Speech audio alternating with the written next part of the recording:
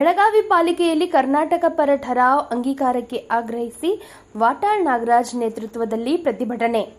ಬೇಡಿಕೆ ಈಡೇರದಿದ್ದರೆ ಕರ್ನಾಟಕ ಬಂದ್ ಎಚ್ಚರಿಕೆ ನೀಡಿದ ವಾಟಾಳ್. ಹಿರಿಯ ಹೋರಾಟಗಾರ ವಾಟಾಳ್ ನಾಗರಾಜ್ ನೇತೃತ್ವದಲ್ಲಿ ಬೆಳಗಾವಿಯಲ್ಲಿ 20ಕ್ಕೂ ಹೆಚ್ಚು ಕನ್ನಡ ಪರ ಸಂಘಟನೆಗಳ ಕಾರ್ಯಕರ್ತರು ಪ್ರತಿಭಟನೆ ನಡೆಸಿ ಬೆಳಗಾವಿ ಮಹಾನಗರ ಪಾಲಿಕೆಯಲ್ಲಿ ಬೆಳಗಾವಿ ಕರ್ನಾಟಕದ ಅವಿಭಾಜ್ಯ ಅಂಗ ಎಂಬ ಠರಾವ್ ತಕ್ಷಣ ಅಂಗೀಕರಿಸಬೇಕು ಎಂದು ಆಗ್ರಹಿಸಿದರು.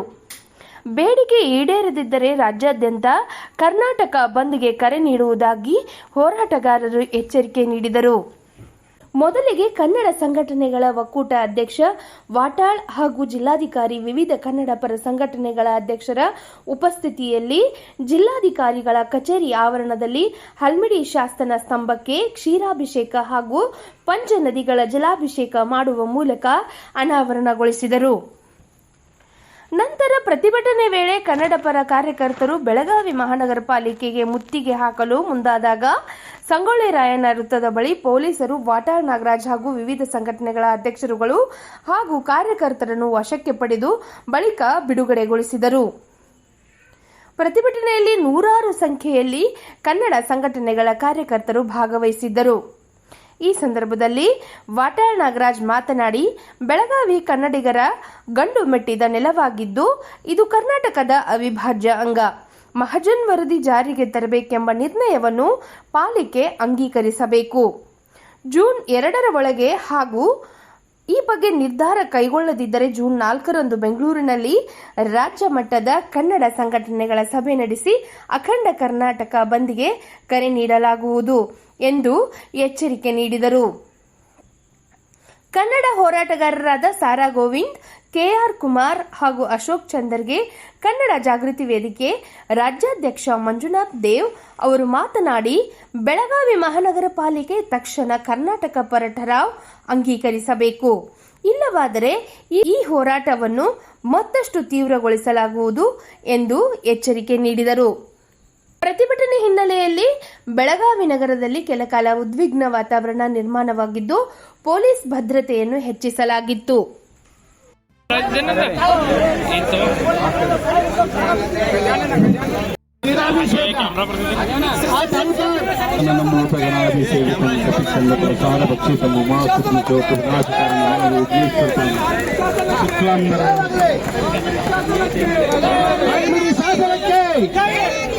ಶಾಸನಕ್ಕೆ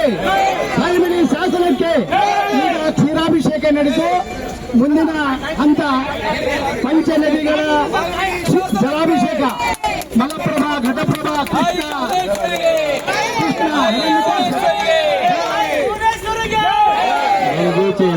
ಗೋದಾವರಿ ಶಾಸಕ ನಿರ್ಬಂಧಿಸಿದ ವಿರೋಧಿ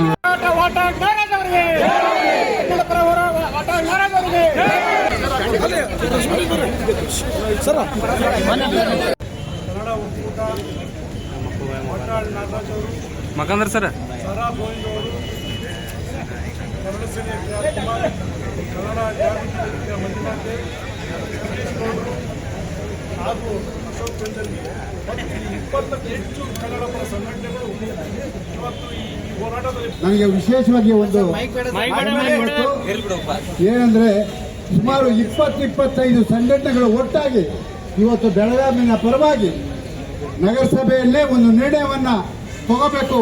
ಈ ಬೆಳಗಾವಿ ಒಂದು ಅವಿಭಾಜ್ಯ ಅಂಗ ಅಂತ ಹೇಳ್ಬಿಟ್ಟು ಒಂದು ನಿರ್ಣಯವನ್ನ ತಗೋಬೇಕು ಅಂತ ಹೇಳ್ಬಿಟ್ಟು ನೀವೆಲ್ಲ ಇದೆಯಲ್ಲ, ಇದಕ್ಕೆ ಆಗಿರಬೇಕು. ಅಲ್ಲಿವರೆಗೆ ನಾವು ವಿಶ್ರಾಂತಿ ಪಡೆಯಲ್ಲ. ಹೋರಾಟವನ್ನ ಇನ್ನೂ ಹೆಚ್ಚು ಮಟ್ಟಕ್ಕೆ ನಾವು ರಾಜ್ಯದ ಮಟ್ಟಕ್ಕೆ ತಗೊಂಡು ಹೋಗ್ತೀವಿ ಅಂತಕ್ಕಂಥ ಮಾತನ್ನ ನಾಡು ದ್ರೋಹದ ಕೃತ್ಯವನ್ನು ಎಸತಕ್ಕಂಥ ಜನರಿಗೆ ಇವತ್ತು ನಾವು ಒಂದು ಸಂದೇಶವನ್ನ ನಾವು ಸಾರಬೇಕಾಗಿದೆ.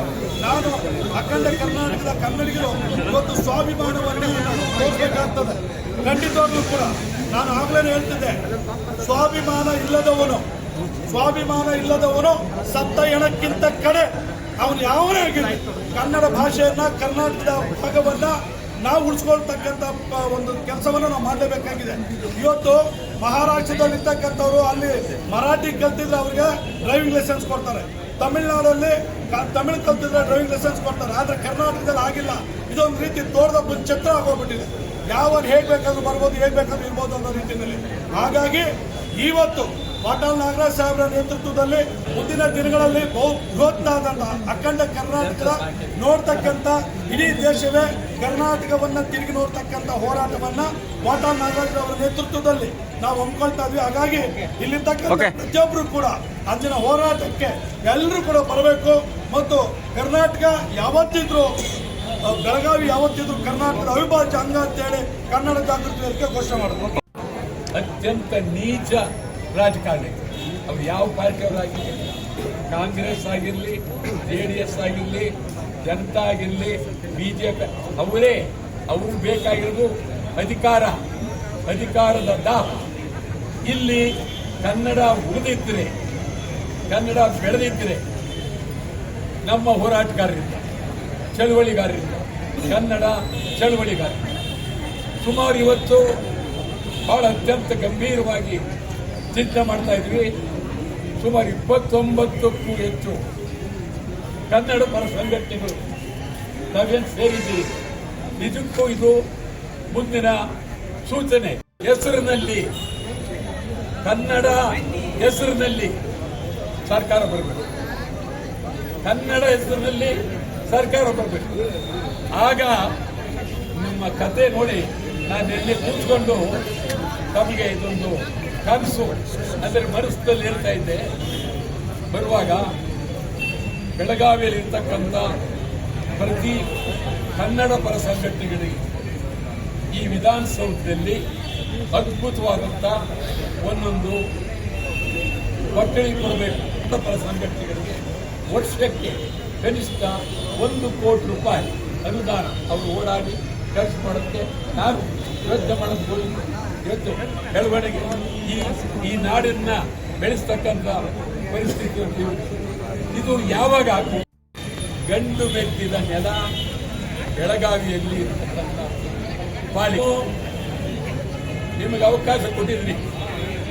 ಒಂದೇ ಒಂದು ವಾರ, ಇವತ್ತಿನಿಂದ 1 ವಾರ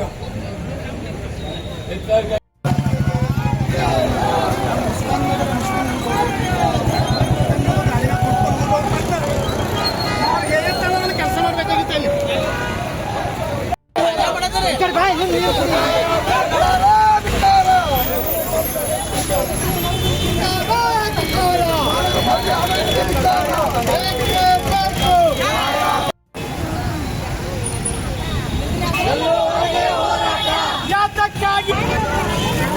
ಹಾಂ ಸರ್.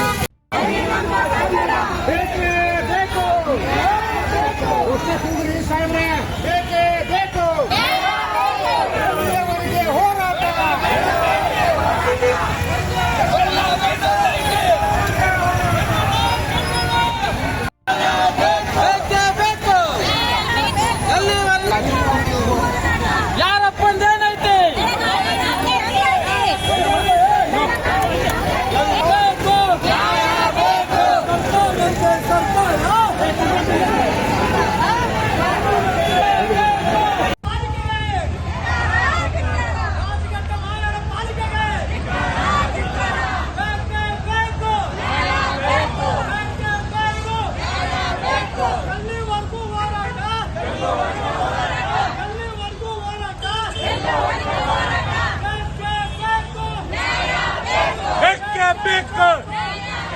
ಅಯ್ಯಯ್ಯೋ ಅಯ್ಯಯ್ಯೋ ಬೆಳಗಾವಿ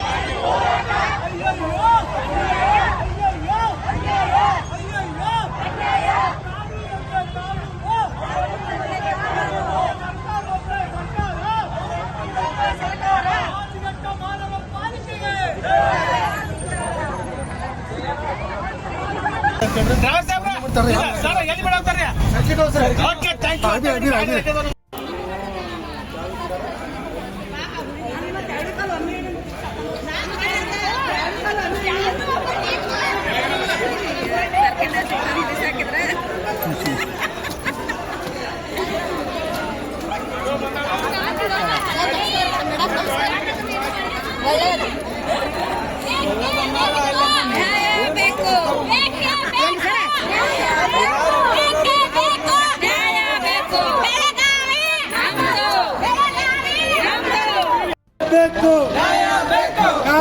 ಏನೈತಿ ಬೆಳಗಾವಿ ನಮ್ದೈತಿ. ಯಾರಪ್ಪಂದು ಏನೈತಿ ಬೆಳಗಾವಿ ನಮ್ದೈತಿ. ಬೇಕು ಬೇಕು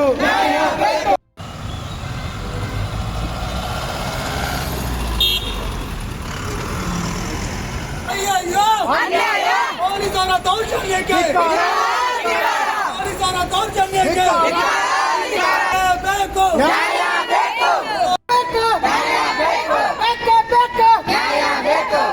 ಯಾರಪ್ಪಂದೇನೈತೆ ಯಾರಪ್ಪಂದೇನೈತೆ ಪೊಲೀಸರ ದೌರ್ಜನ್ಯಕ್ಕೆ ಬೇಕೇ ಬೇಕು ಬೇಕೇ ಬೇಕು ಅಯ್ಯಯ್ಯೋ ಅಯ್ಯಯ್ಯೋ ಹೆಸರು ಒಬ್ರು ವಿಷಯ ಹೋರಾಟಗಾರನ ಸಂಘಟನೆ ಆಗ್ಬೇಕಾದ್ರೆ ಇವ್ರು ಒಬ್ಬರು ಹೋರಾಟ ಮಾಡಿದ್ರು. ನಾವು ಹೊರ ಕೂತು ಹೋರಾಟ ಮಾಡಿದ್ರೆ ಇವ್ರು ಒಳಗೆ ಕೂತು ಹೋರಾಟ ಮಾಡಿದ್ರು. ಇದೆಲ್ಲ ಬಂದದ್ದು ಬಹಳ ಒಳ್ಳೆಯದು.